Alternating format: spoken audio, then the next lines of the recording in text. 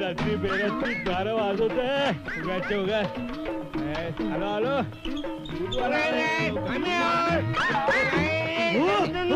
इतका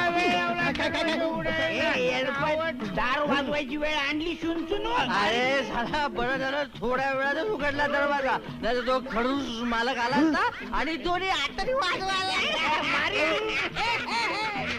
मिस्टर माने मोठ्या भावाला नावाने हाक मारतो मग चावत हळू हळू हळू. तो शेजारी टकलू कुत्रा आहे ना, भुंकट अंगावर येईल. टकलू कुत्रा. आपण 4 जण या खोलीत राहतो हे त्या टुकलूला कळेल ना शुंतुनू. हे इतके दिवस त्या खुळ्याला बनवलं हे त्याला कळेल ना येड्या.